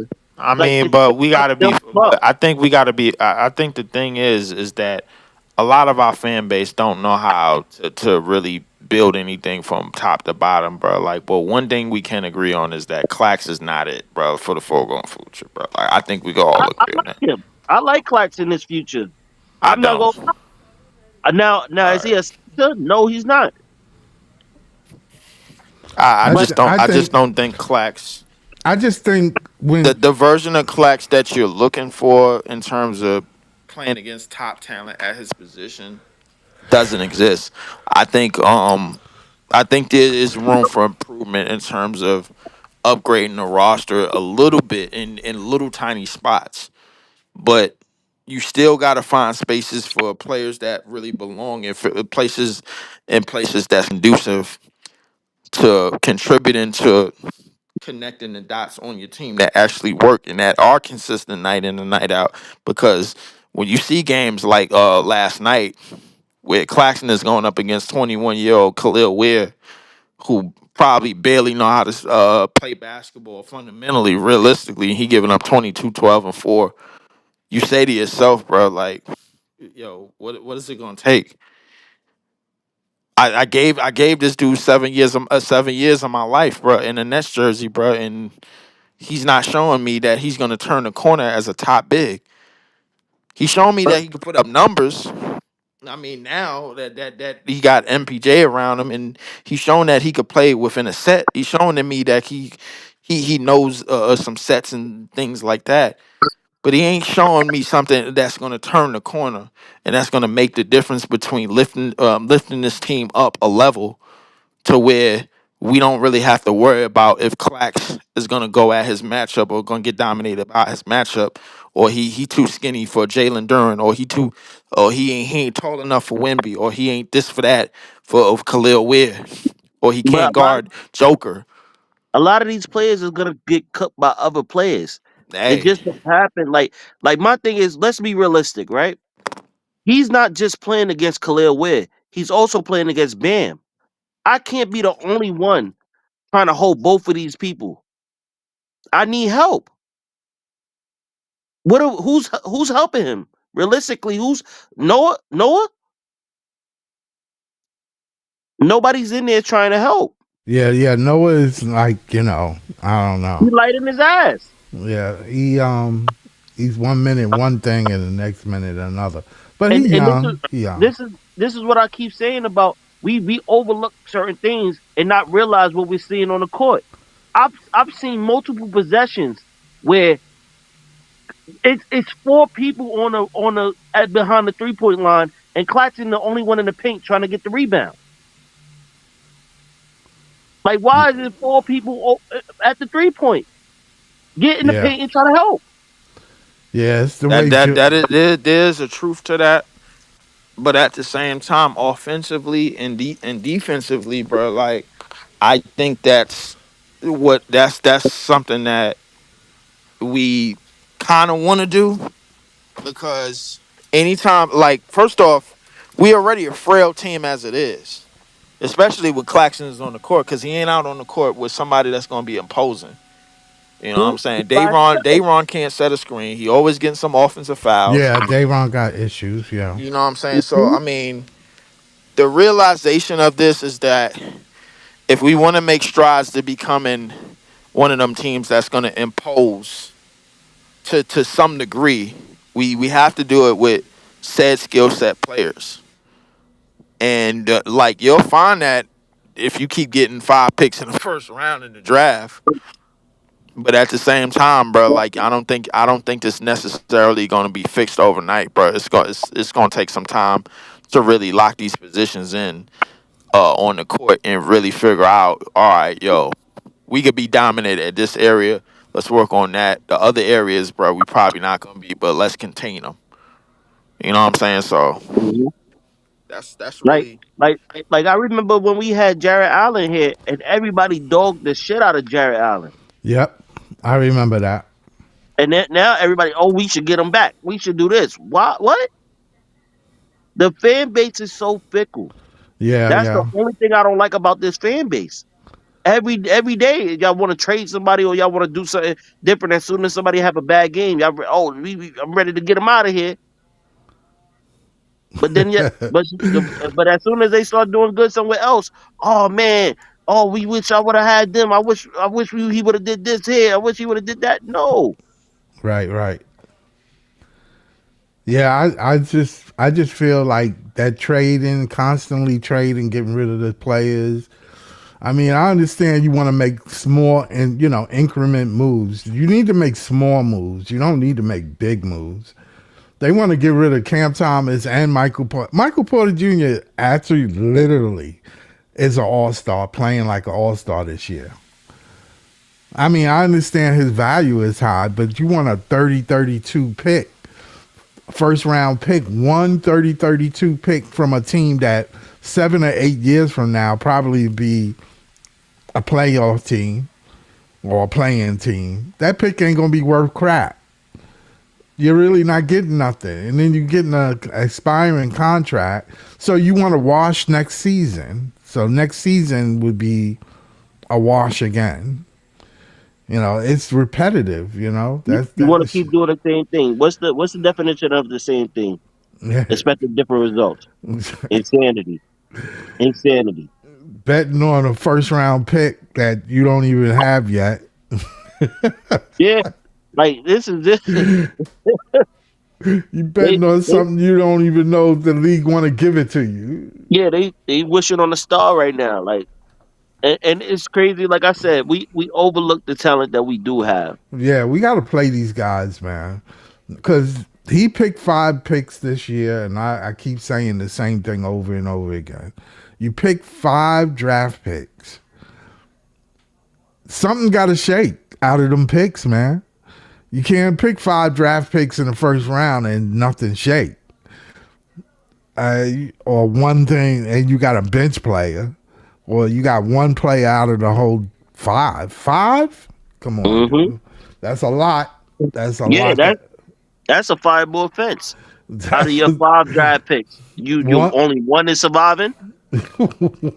Only Danny Wolf is the man, and Yeah, and he got picked in the far end he of the was draft. he got picked he was the last pick. He was the give me pick.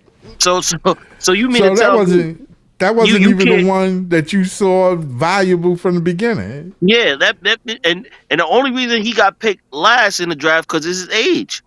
Yeah, You know what I'm saying? But it's just crazy. It's just so you mean to tell me you could do better with end of the round picks than you could do with the top of the picks. I don't know why. I don't. He, That's a bad move when you can't he see talent. he needs he needs he needs to be evaluated. Yeah, He I needs to think be evaluated. I don't know what it is, man, because there's talent everywhere in that draft, man. But you got to have a vision too. Yeah, You just can't pick like, okay, we need a guard. Let's just get 3 guards and hope one of them pan out. Why yep. you can't believe in that pick, that first pick, He's shooting dice. right? He's shooting dice, hoping to get a head crack. Like you know what I'm saying? And it's sad because it's like we all said it. John Moss should have never picked all those picks. No, He should have traded some of those away I to mean, get why other not? assets. Why not? No, I thought he should have picked all those picks, bro. You Save feel like he yourself. should have all Yeah, 5 of those? yeah, I should. I felt like he should have, bro. He just did pick the all of the right ones. You yeah, Okay, got so you bro, saying he like should have bro, did different players? bro. It's like going to a casino with somebody else's money, bro. Like, and then you got a chance to win slot machines a whole bunch of time, and you keep pulling it with somebody's money, bro. Like, and you end up with Sean Marks ended up with. Now you got your team. You can't really complain, bro. Build your team. But the whole Build them. thing is, Reed, the whole thing is, it's hard to develop team. Like Is it? it's no. I'm talking about like when you got all these rookies, you trying to develop them. You're not even known for really the development players like that. Okay, well, get known for it. Because guess what? KD ain't another version of Kevin Durant and Kyrie walking through that door again. That's what you got to know. The you got NBA a is point not giving there. you. The thing is, here's the things that we need to understand as net fans. Hmm. First off, we need to figure out how to really evaluate talent because all of this, every time after the game, we solely focus more on Egor than anything because he just so happened to go number 8. It needs to stop. Number one, the 8th pick is historically bad. And number 2, bruh, we all know Egor wasn't supposed to be no damn top 10 pick anyway. We only got him because we didn't get Jeremiah Fairs. That's number 1. Number 2, the thing with picking 5 picks is that you have 5 chances to get this right. Go get it right. Figure out to develop. Work on something. Told you, I mean, bro, you made the picks, but now it's up to the training staff and up to the coaching staff to get them right. Tell them to get them right. Hmm. Get them right. Get them working. Make something out of nothing. Because you're not gonna get a big hit, bro. Like everybody that want us to get a top 5 pick in this draft, bro. It's like it's like going to it's like finding out somebody hit the lottery and then you go back to the corner store thinking you're gonna do the same shit. You're not. You're not, bro. It's not gonna happen. You're not gonna hit with your man's up the block hit, bro. You don't have that type of luck. Exactly. It don't happen that way. It don't happen that way. You don't have that type of luck, bro. The NBA don't mess with you like that. You cost them money after the KD trade, after the KD and Kyrie debacle. They're going to blame you because you're still there. You still have a job, and you ain't done nothing yet in your 10-year process of having this job. But get Katie and Kyrie, and they chose you, and you've been shit ever since they left. Figure out how to make something out of nothing. Yeah, yeah. What do you Now think you got to about figure the? out how to. Now you got to figure out how to turn water into wine from the ground up. But You got to Lee, let figure me out how to ask you this grow a plant. question. Let me ask you this question. Should we trade Michael Porter Jr.? Unless it's for a young piece that could connect with this team and grow with this team. If you follow the OKC model, bro, like okay, follow it and follow it all the way, but follow it your own way. Don't follow it the way that the exact way because the other NBA teams is gonna see that coming. You know what I'm saying? And they not gonna continue to get hit with the same thing. Right. You know what I'm saying? So listen, in the NBA, it's more than one way to bake a cake. Figure out how to bake your version of your cake that can work. That's how you figure it out. Figure out how to put your style together, your offense together, your procedure together, your game plan together. Figure out how to change them game plans. Figure out how your plan A, your plan B, your plan C is gonna work, and then execute those plans, and then execute plans on different nights. It doesn't have to be the same thing any night. Have different strategies. This is what I seen from the Pacers last year. Have different strategies. They had different attack points, different points that could hurt you. It's just when Halliburton went down, they missed the piece that was piecing it all together. Yeah, Figure yeah, out the yeah, piece that piece everything's together, that holds everything together. yeah, It might like everybody like to shoot threes, and we can get in good shoot rhythms on any given night. Go get your paint presence. yeah, Go get yeah, go get your go get your finisher around the rim. Go get your enforce your offensive presence, your yeah. offensive interior presence. Go get that. Figure out how to get it. Figure it out. Stop running through the draft, bro. Stop trying to go. Stop trying to go back to lottery tickets. It never works out. Well, I'm telling Stop trying you. to go back to $20 scratch offs, thinking that's gonna work. Because all you're gonna do is get a top 5 pick, thinking it's gonna work right away. The second that he have a stretch of bad games, everybody gonna talk about how we wasted the pick. Yep. That's all everybody gonna talk about. And that's just too much for this market is way too big for Yeah, somebody. Not yeah. unless we know you. But like I said, most people already know. Like it ain't Well, like we don't know. We seen what greatness here's the thing is. that I'm realizing, Scott. The market, like outside of New York and LA, the market is really the players. It's or something that some other player built, bro. Like that whole market thing. That's really for the NBA. That's mostly the NBA saying that they're lazy and they don't really want to promote these middle American teams like OKC and Indiana. Right. That's just them being lazy. They didn't get the views that they want on OKC versus Indiana in the finals. They feel like they would do better with New York versus LA, or LA versus Boston, or Chicago versus LA, or whatever the case may be. Right. Right. They feel like they would do better with that. You're in a market, good enough. Build a team. Put a team together. Put 1 do 9 together. Put 1 do 8 together. Figure out how to make those pieces match. Right. Figure out a game plan. Put new. You don't got the training staff you want. Go get the training staff. Make guys work. Hold guys accountable. You know what I'm saying? Yeah. Yeah. You see a young, skinny, bony ass team like OKC running off 20 something game winning streaks, and we all sitting here acting stupid. Figure it out. Stop putting yourself in these BS 5-year plans when you could put yourself in a plan right now. Yeah. Oh well. Was Jesus, you? bro. Let me ask you something too. Did you think the Knicks were going to win the cup? The cup is a joke. Some Cup is a people say. joke. I mean, from what I'm hearing from the headlines The is cup. All it is a big ass ashtray, bro, full of incentives, bro. the Knicks said they was not going to put a banner up in Madison Square And Garden. they shouldn't. And they shouldn't.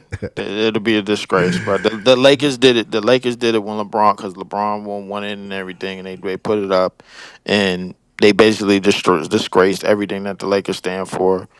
LeBron James has disgraced everything the Lakers stood for. Um, by taking all the shortcuts and doing all the phony shit that he's been doing. You know what I'm saying, bro? LeBron is a great athlete, but like I felt like a lot of the times he did sucker shit. So he did too much sucker shit, bro. Like, and I can't applaud that. Yeah, yeah. I All right. can't. You took too many shortcuts, and I can't applaud that. Yeah, You yeah, did all of that for your brand and for your name, and I understand that you doing it. Like your thing is to make money and do this and that, though. But at the same time, bro, like the integrity of the sport is destroyed because of you. You did some whole shit. You've been doing whole shit for a long time, and I'm tired of it. And nobody else acknowledges it. Nobody else is bashing it. I'm off of that. My point is this: that the NBA Cup is a joke. The play-in is a joke. The play-in is eight. The play-in is just always been there. It's called 82 games. yeah. That's what it's called. You don't make the playoffs, boom, you're out. Simple. I'm sick and tired of 9 versus 8 versus 7. Like we wondering, like, bro, if that happened to us, we wondering why we playing more games. Right, right, Why I gotta play 2 more extra games when I just play 82 games? right. You making me do extra work, so I don't want to do that no more. Yeah, that playing is, but Playing is true. And bro, I'm telling you, like a lot of the stuff in the NBA is not going to get back to normal until you put different people in charge. What you have in charge is basically people that's appealing to Twitter and followers and network and social media. right, Yo, right, we need to switch this. No, you don't need to switch nothing. It's East versus West, 82 games, playoff format, simple. You don't like the dunk contest? Don't join it. Don't join the dunk contest. Fine. right. Don't Yeah, join it if you ain't gonna go ahead. You know what I'm saying? yeah. Well, that, All Star Weekend is supposed to be rookies versus sophomores. East versus West. Stop switching up these teams. Stop. Stop doing this whole mini draft thing. It's garbage. Stop doing Team Steph. Stop doing Team LeBron. Cause like it seemed like it switched up the second that Kobe left. They was just like, yo, LeBron, what you want to do for the All Star game? Hey, how about we pick the players? let us pick them. Right? Stop that. It's been trash. Are they still doing that this year? I hope not because I just hope they stop. The thing is, I just hope people stop voting for the same old, bro. Because these dudes have ruined it. Well, the fans hasn't exactly helped it neither. They They like haven't. they pick who they like, even Yeah, though they it pick who they like, ain't got nothing to do with the game. and it's disgusting. It's crazy. It's You keep gross. picking the same player. I wouldn't be surprised they pick a player that's hurt. Didn't even play this year. Hurt. And they get on the All-Star team. Do you think Michael Porter Jr. deserved to be on the team?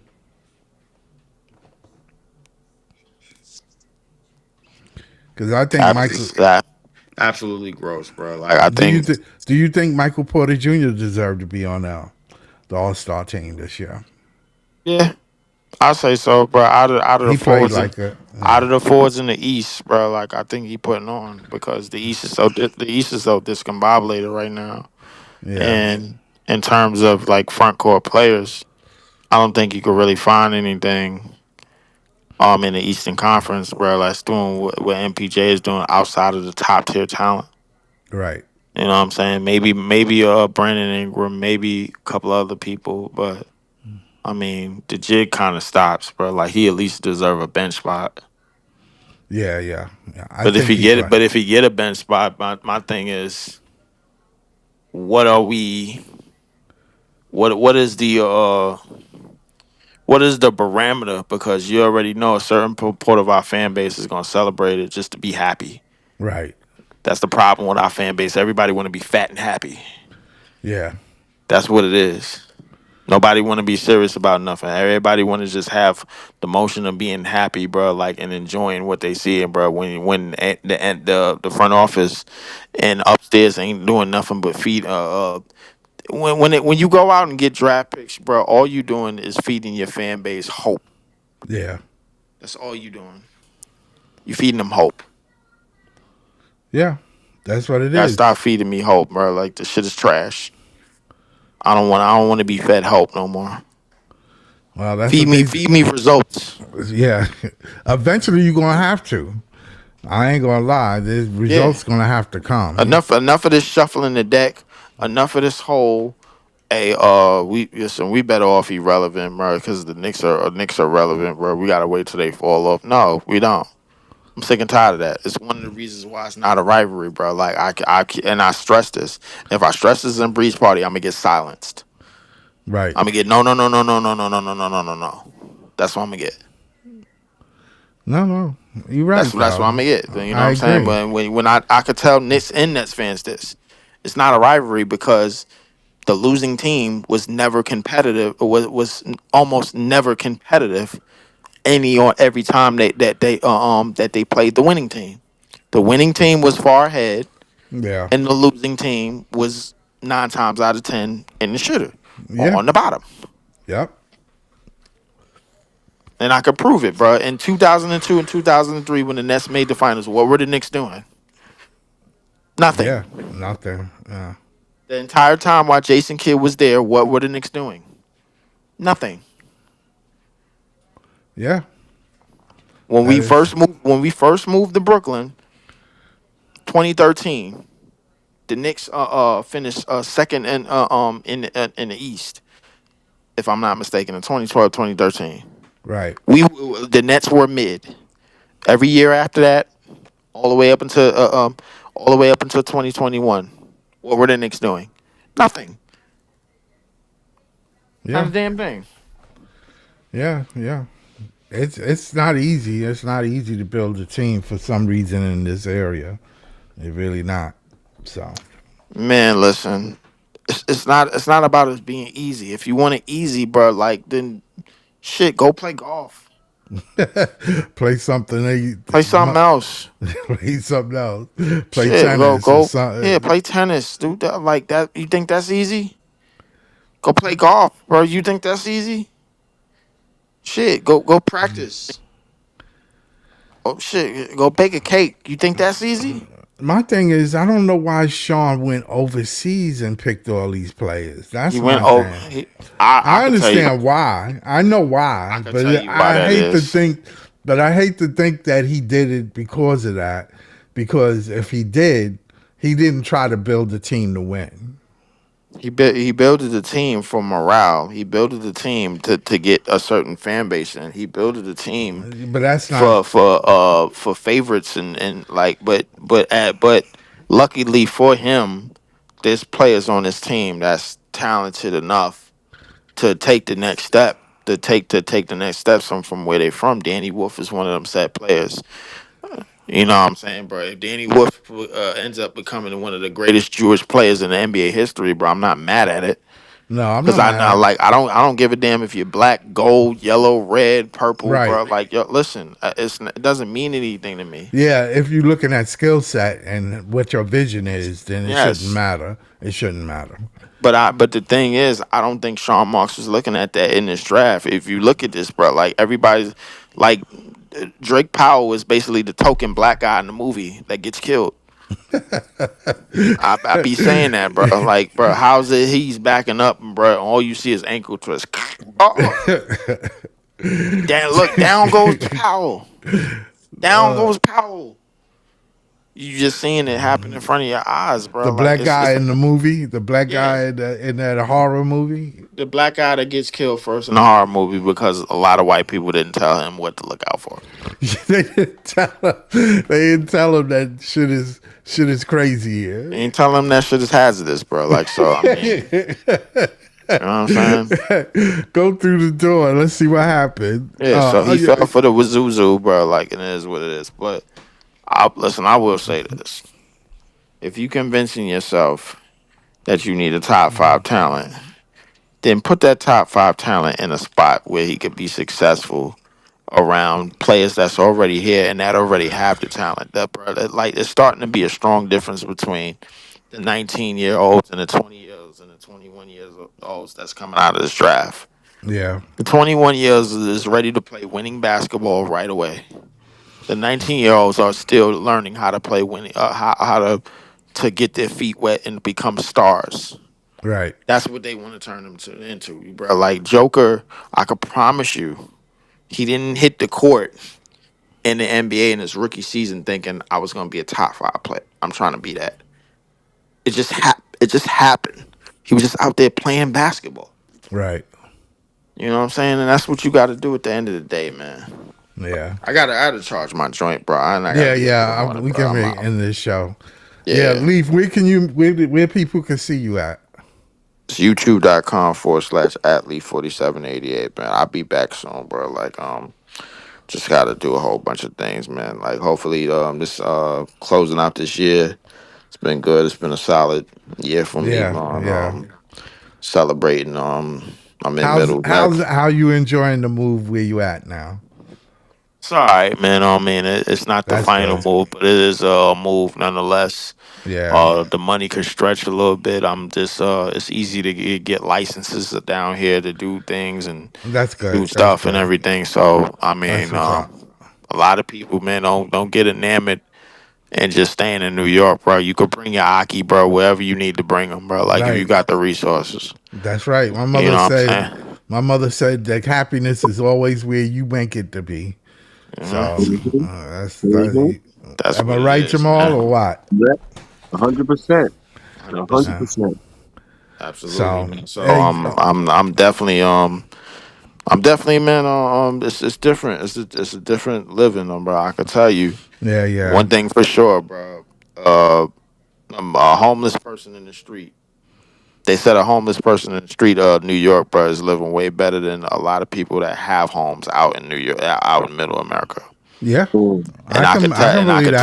and I could tell you that to be the truth for a lot, bro, because I deliver to people houses, bro, and it don't even look like much of a damn house. Right, Mm-hmm. right. Mm-hmm. Got to be Yeah, Bro, grateful for what you have. yeah, I'm yeah. telling you, bro. I believe you. I believe I've been you. to OK, and I've been to Kansas. It Yeah. don't, bro. Middle America, it's parts of Middle America that don't even look like it been touched by Christopher Columbus. Mm. Word up. I could I ain't gonna believe. lie to you, bro. I can believe that. I can believe that. So, like, listen, I can't listen. This country is big. I know a lot of people would run that whole, like they get into politics. Oh, this country. I'm like, listen, you come out here during like the middle of summer, man. Like you'll see, it's your drive. A lot of shit look very beautiful, Right. but don't get it twisted. Where you live at right now, you're very fortunate. Don't ever say you less fortunate. Like, cause I've been around people that live in shit and they don't even know it. They don't even know that. Like, it's just regular common to them, bro. Like, I'm telling you, bro. Like, you'll see people and their kids running around barefoot out here. This shit like really look like 1950s Django and Jim Crow and like I ain't gonna lie to you, Yeah. bro. Like it's a lot of parts that I drove. I seen a bar with a balcony. It looked like a Clint Eastwood movie. I ain't gonna lie to you, bro. Like so, Look, like high just don't. roller, pale rider, right? Trust me. So like it's a lot of this is there's nothing really urban about Yeah, Middle yeah, America too yeah, much, bro. Like yeah, you go yeah, yeah. like bro, it's a blockbuster that just got closed down in Middle America. Damn, Mm. I thought they were gone. Yeah, it's one blockbuster left in Idaho. Wow, So and I'm telling you, bro, and it's still jumping too. wow, So, but wow. Yeah, man. But I'm out of here, man. All Let me right. charge this joint, bro. All right, All Leaf. right, all right. Jamal, what's up, Jamal? Where Hey, people man, can reach you at? Where people can man, reach you listen, at? I don't got none of that stuff. I just be on X. You be on Like, X though, right? yeah, Yeah, yeah, that's what's up. Jamal the franchise. That's it. All I be right. on your podcast and I be on Breezy Joint. I Yeah. do plan on starting my own joint up though, Oh, but do that. that's later on down the line. I'm working out the kinks right now because that's on the way though. All right. All right. Let's see. All right. What's up? Thanks, Jay. Jay in the chat. Thank you. Watched the whole show. Thanks, Jay. Hmm. Um, I'd like to thank John. John was here with us and everything. Like and subscribe. Try to catch the show. I know it's sporadic, but I'm gonna be pre-game show for every net game. So I start 45 minutes before the game. So, and that way I bring the game in. So thanks. Like and subscribe. Thank you, everybody. Peace and love. Salute, salute.